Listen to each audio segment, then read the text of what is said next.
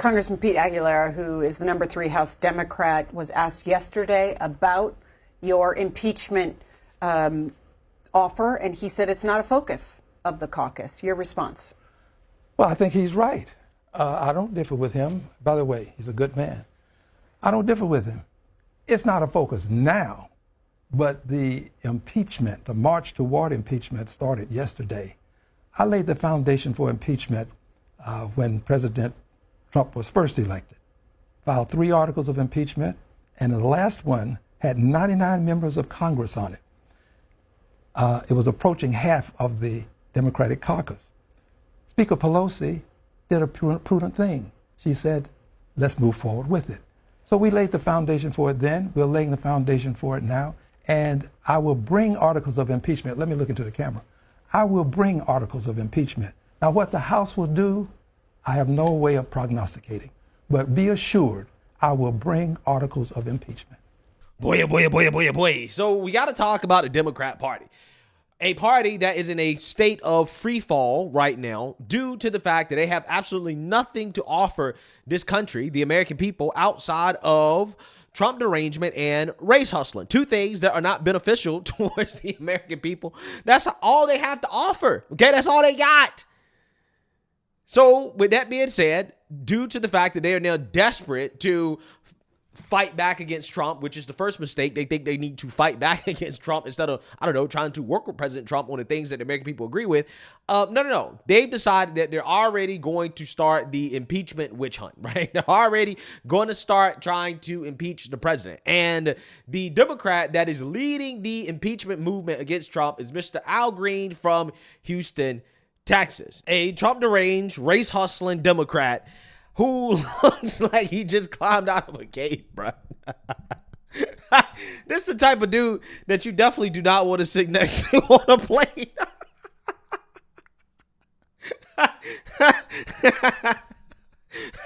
Bro look like Homo erectus, bro. I'm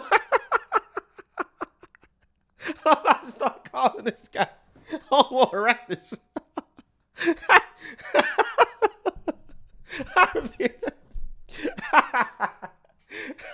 So anyways, this guy, he is promising to file articles of impeachment against President Trump. Now, for what reason? He don't even know, bro. He's just doing it because he's trying to fundraise. Okay, this is a grift, right? What they're doing is that they're talking about impeaching Trump already, even though they don't have any solid reasons to do so. And Republican callers on C-SPAN decided to give Mr. Al Green a brutal reality check on this impeachment process that he's trying to lead, because it is a total and complete waste of time. Take a look. When people see these signs, I assure you, the pressure is going to be on Congress to do something. Impeachment doesn't mean that he will be removed from office, but it will say to the country that this is what we stand for. It's been said that the protests don't have a plan. Well, the plan is here. This is the plan. Protest, complain now, impeach later. Let's get to calls because the lines have lit up. Richard in Savannah, Georgia, Republican. You're up first, Richard. Thank you. I watched you yesterday with the Democrat Party out protesting everything that Elon Musk is trying to do for the American people. The USAID is a 100% of money laundering scheme around the world, kickbacks back to the Democrat Party, whether it's through the Clinton Foundation in Haiti, $4.4 billion, and $84 million went to her daughter, Chelsea Clinton. All y'all have is impeachments and race and gender, et cetera, and you actually do nothing for the people of America today. I think the Democrats should sit back and let America see what it's like to reduce the people in government, the wasteful spending. And all y'all can do is just complain and be negative.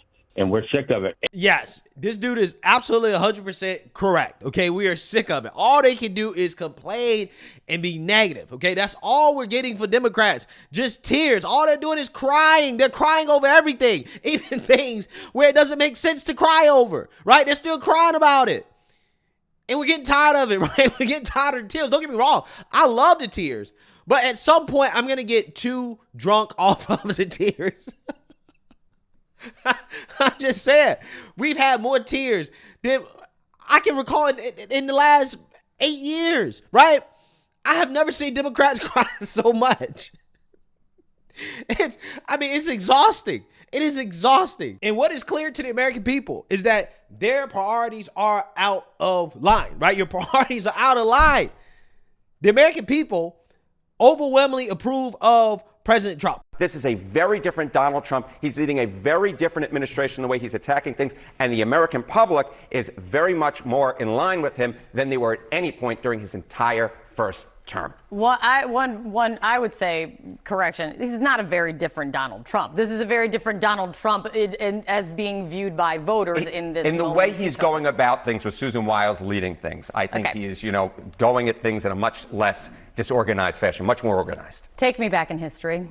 Take you back in history. So it was so interesting to me that Donald Trump's first net approval rating of his second term is higher than his entire first term. And I was interested, has that ever happened? Has the second term net approval rating in the first month, have you ever had a higher rating than any net approval rating during the entire first term? Donald Trump is the only... I have a really hard time believing this. This is 100% true. I went back. I love spreadsheets.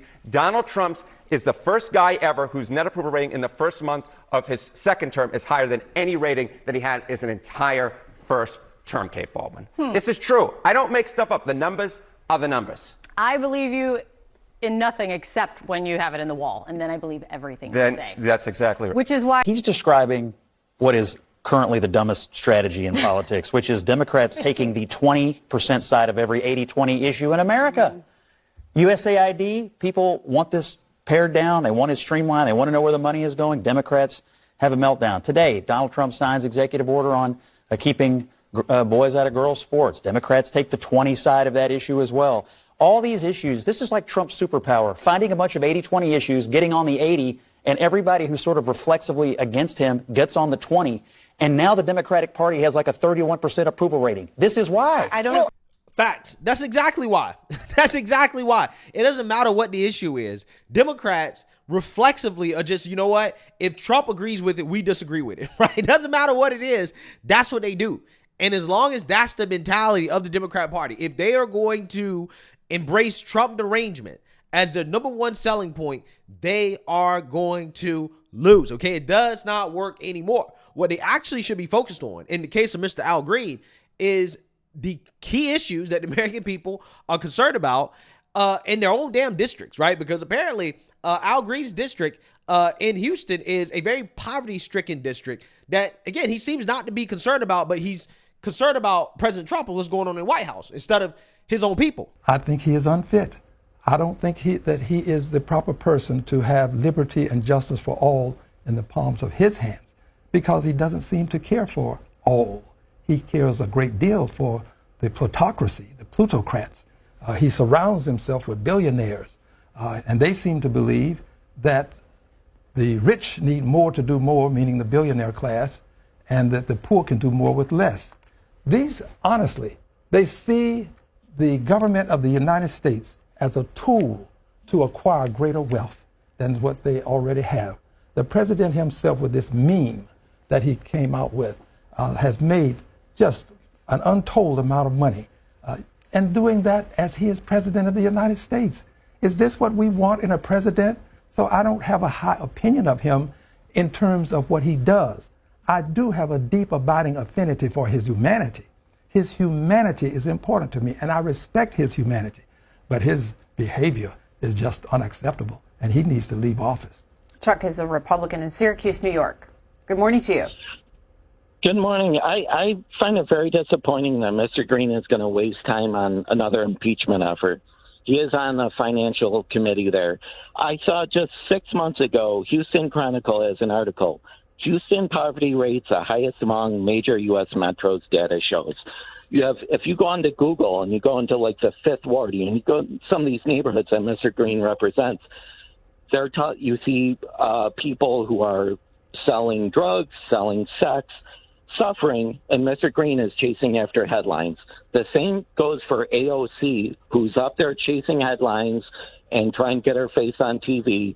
And there's nothing wrong with that. But if you go into her district, who's she representing, herself or her district? And yesterday you had Mr. Cohen Congressman Cohen on Chuck, but from let, Tennessee. Chuck, let's have the congressman respond to what you just said about his district and where his focus should be.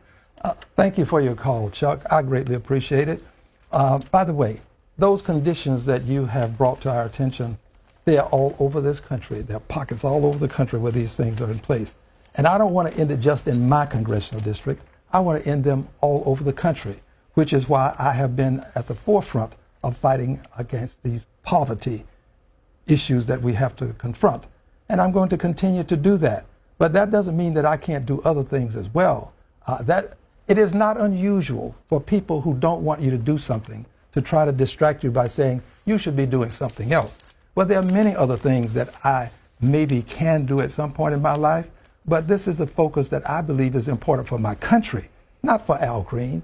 I'm not trying to make headlines. We're making headway as it relates to an unfit president who should not be in office given his behavior, not his humanity. I respect that. Chris? Yeah, so I want you guys to understand. Again, this is a clear example of how the Democrats and their priorities are out of line.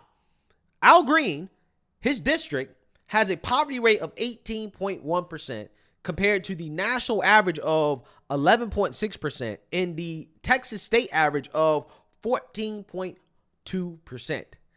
So the poverty rate in his district is significantly higher than the poverty rate of the nation as a whole and the state of Texas, but he's concerned about impeaching President Trump instead of being concerned about why is it that your people are living in poverty? Why is it that almost 1 out of 5 of your constituents living in poverty? Why are you not concerned about that? Your concern is about the president, who is going to help your constituents, by the way, right? He's going to do a lot more for your constituents than you're going to do. Why is your main priority on impeachment instead of helping your own constituents? Again, that's the problem with the Democrats. This is exactly what I'm talking about. He's more focused on being Trump deranged than helping his own people. If he actually helped his own people, maybe their party wouldn't be in the tank. Maybe the Democrats wouldn't be so unpopular if they actually put the American people first. But no, instead, they put the illegal immigrants first. They put everybody else first, all these other countries. This is what they're complaining about. Democrats really think a winning strategy is for them to complain about stopping foreign aid, about cutting the waste, fraud, and abuse out of the government. They really think that this is a winning strategy, that the American people are going to side with them to continue to waste their taxpayer dollars in the form of fraudulent foreign aid. A Reuters Ipsos poll that was done right after the USAID news broke found that 56% of people would like to see all foreign assistance programs suspended, which is leading a lot of people to say that the Democrats have picked a very weird hill to die on. That's because there's no other hill to die on, because President Trump continues to deliver on the promises that he made to the American people on the campaign trail, and going through the federal government line by line and making this government more efficient is one of those priorities and one of those promises that President Trump made. And as you just cited, John, 56% of Americans support freezing foreign aid. And I read a fascinating article in the Washington Post today. They interviewed voters in Pennsylvania, and all of them said that they support President Trump and Elon Musk's efforts to make this government more efficient. What President Trump and Elon Musk and this entire administration is trying to do is make our bloated bureaucracy here in Washington run like a profitable business. And every agency has been tasked with going line by line and ensuring that the American taxpayers' money is aligned with the American people's interests. It's a common sense solution to fixing a decades-old problem of bloated bureaucracy, waste, fraud, and abuse. And the vast majority of Americans support it. So the Democrats can hoot and holler all they want. This White House will stay committed to delivering on President Trump's priorities and being good stewards of the hardworking American people's tax dollars. Boom. It's really that simple. It's really that simple. Once again, Democrats find themselves on the losing end of a battle that they're deciding to fight simply because of Trump derangement. And that's what tanked them. That's what tanked them in the last election. Relentless Trump derangement is a road to nowhere for the Democrats. I don't understand why is it that this is such a hard concept for them to grasp at this point. I don't understand. I don't get it. The Democrats need to be a centrist party. And one of the reasons why I'm saying this is because it's actually a good thing for the country if the Democrats are not so extreme, right? That's why I talk about this, right? I'm just like, no. We need to pull the Democrat Party to the right, okay? That is good for the country, to pull them to the right. You want both parties, both major parties in the country, to be sane parties, okay? That way we can agree on, reasonable things, okay? And that's what you want. But right now, we still have a significant portion of lunatics in this country, right? Probably at least a third that, they're not reasonable, okay? Not when it comes to some of these social issues, right? But, it is changing. It is changing. We are, in fact, winning. So who knows? I guess maybe you could argue that if the Democrats continue to go down this path of Trump derangement and race hustling and identity politics and divisiveness, is ultimately going to lead to nowhere. And conservatives, Republicans are just going to get stronger. We're just going to get stronger. And I'm cool with that too, right? I'm cool with that as well. In fact, it's probably my preferred outcome, okay? Just complete and total irrelevancy for the Democrat Party. Again, if they're going to choose to be as far left as they are right now, okay? As Trump deranged they are right now, they're going to choose to just simply be an unreasonable party, a party that's against common sense, then maybe the best thing for them is to essentially become irrelevant, okay, and just allow Republicans and conservatives to have 75% of the country, okay? Maybe that's the preferred outcome. Let me know what you guys think. Make sure you like, comment, and subscribe. Most importantly, share a Black conservative perspective. Peace.